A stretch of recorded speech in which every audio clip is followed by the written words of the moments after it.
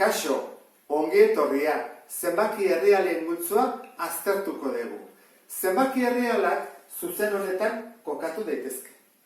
Ikusten duzu bezala, ezkerretara ez dago mugarik, luzatu dezakegu nahi dugun guztia eta eskubitara ere bai.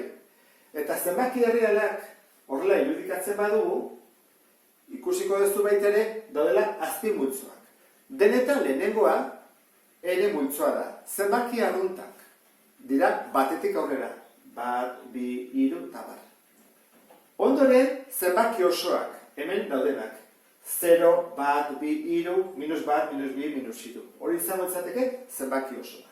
Zenbaki arrazionalak, Q multzoa, tartean daude.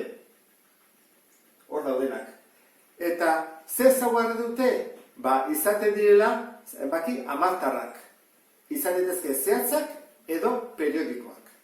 Eta bitartean, irrazionalak ez dira ez zehatzak eta ez periodikoak. Beraz, hauek ezin dira zatiki moduan jarri. Eta hauek bitartean bai. Q eta I elkartuta osatzen dute zenbaki errealen multzoa. Zenbaki arrazionalekin eta irrazionalekin zuzen hontako puntu guztiak osatzen dira. Az gaitezke ikusten bakoitza zen multzotakoa den. 8 ere, zatiki moduan dago. Orduan, esango dugu, zenbaki arrazionala dela. Zatiki moduan dagoelako. 8 ere. 1078. Hau osoa da eta positiboa. Beraz, zenbaki arrunta ene multzokoa da. Hemen jarriko dugu. 1078. Hurrengoa, 7. 7 ere, zer da? Osoa eta positiboa, 7. Horran hau, ene multzokoa da. Minus 11. Minus 11 osoa da, baina negatiboa, beraz, Z multzokoa. Hurrengoa, 4,1 periodikoa. Gu badakigu, periodikoa baldin bada, Q-koa dela. Zergatik, zatiki moduan jarri daitekelako. Goazen ikustea, izaten da, 51 ken periodoan ez dagoena, zati 9. Hoi da, 37, behatziren ikusten dezu bezala, zatikia da. Beraz, hau jarriko dugu, hemen, Q.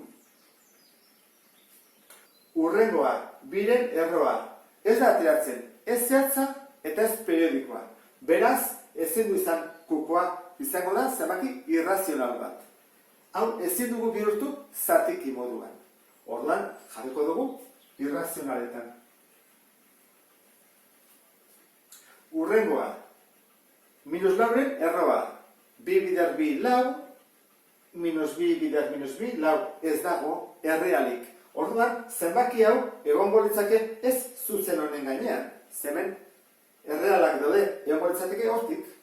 Hor goian, hor behan, hor nunbeite.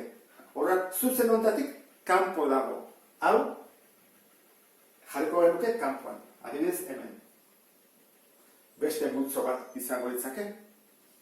Hurrengoa, pi. Pi gu badakigu ez dela zenbaki arrazionala. Ezin dela jarri zatiki moduan. Orduan, eramango dugu honera.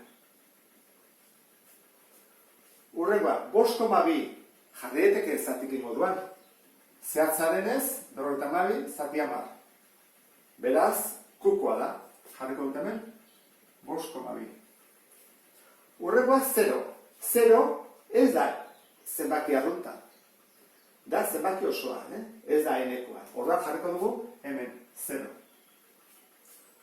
Hurrengoa, 6,2, 3, lau, bat, bost, 6, eta horrela jarretzen badu infinitu arte, ez bada periodikoa, orduan, irrazionala. 6,2, 3, lau, bat, bost, 6, infinitu arte. Hurrengoa, 15,08. Hau zehatza da, hamartar zehatza. Orduan jartzen dugu horrela, behan, bizerokin, ikusten duzu bezala, zatiki moduan jartzen dugu. Orduan, hau izango izateke baita ere, Q-koa. 15,08. Hurrengoa, 3,77, baina 7 da periodo barruan. 7, 7, 7, 7, infinitu arte. Hau esan nahi du. 3,6, 7, 7, 7, 7, 7, infinitu arte. Bueno, hau erauntara jartzen da. Kopiatzen da, 3,7, ken periodoan ez dagoena, 36, zati, bederatzi, periodoangatik, eta aurre periodoangatik 0. Hora, gelditzen zaigu, 331 zati 90. Zatiki moduan. Beraz, hau jarriko dugu, Q barruan, baina ez Z barruan. Kanpoan egon behar du. Hemen jartuta adibidez. Horrela. Urrengoa, 7 erroa. Ez da teatzen, ez zehatza eta ez periodikoa. Horrek esan nahi du, ez dela zatiki bat. Jarriko du hemen baita ere, irrazionala delako. Horran, ikusten duzu bezala, daude hemen arruntak, osoak, arrazionalak. Zenbaki arrunta baldin bada arrazionala da? Bai. Zenik 7, jabezaket 7 oso, horrela, baina zatikia da. Horran, N-koak beti dira kukoak. Z-koak dira kukoak. Eta errealetan bi motatakoak daude, izan daiteke arrazionalak edo irrazionalak. Eta orain falta zaiguna da irudikatzea arrazional bat eta irrazional bat jakiteko nola egiten den.